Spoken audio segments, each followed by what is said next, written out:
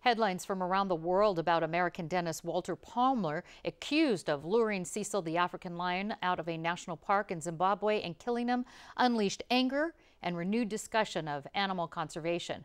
African lions face the threat of extinction in the next 35 years, warned the U.S. Fish and Wildlife Service last year.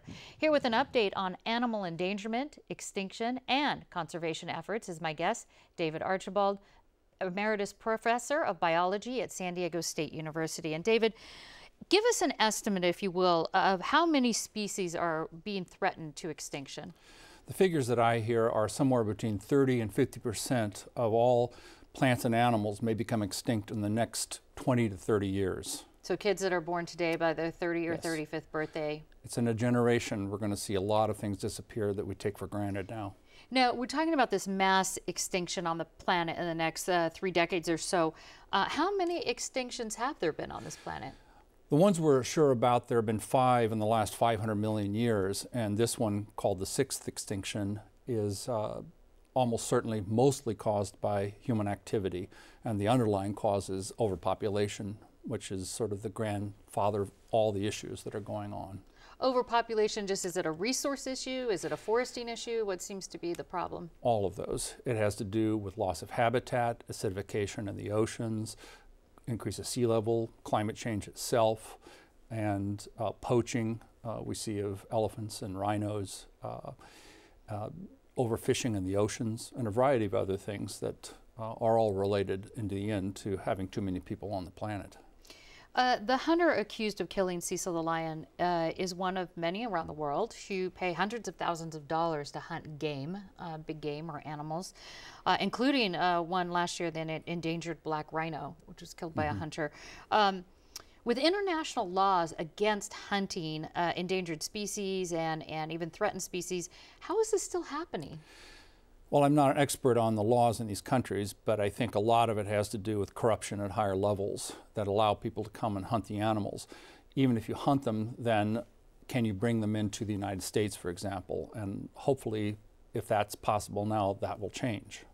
You were speaking a little earlier, you and I were talking about this idea that social media may help curb this. Tell us what you're thinking on that.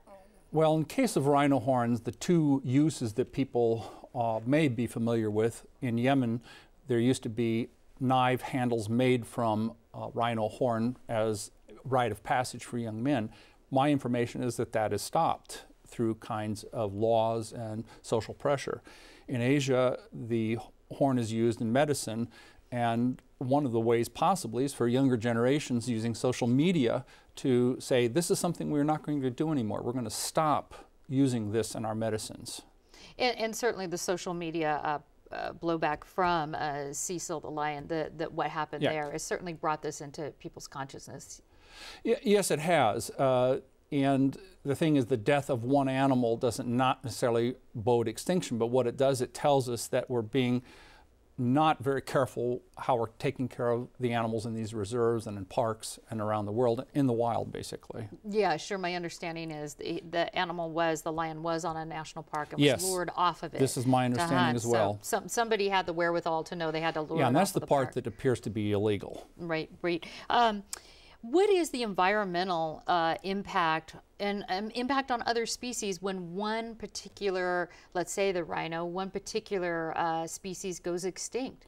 Well, it can be devastating depending on if it's a key species in the environment. In the case of elephants, I can speak more than rhinos here. In some areas, they help clear out the forests and keep the savannas open for other animals and produce more food for the other animals in the area. So in that case, if you lose those animals in an area, the forests start to grow back, and other animals are affected very greatly. Down the food chain. Down the food chain and across the food chain, yes. For people who are watching that want to help with endangered species, what's the best way for, let's say, your average person here in San Diego to help? Well, first of all, if you want to read about something, there's a book called The Sixth Extinction that won a Pulitzer by Elizabeth Colbert, I believe her name is, and it's geared for people who want to learn more about human causes of this. Support local groups like the San Diego Zoological Society, Nature Conservancy, and other groups locally that help educate people in terms of conservation.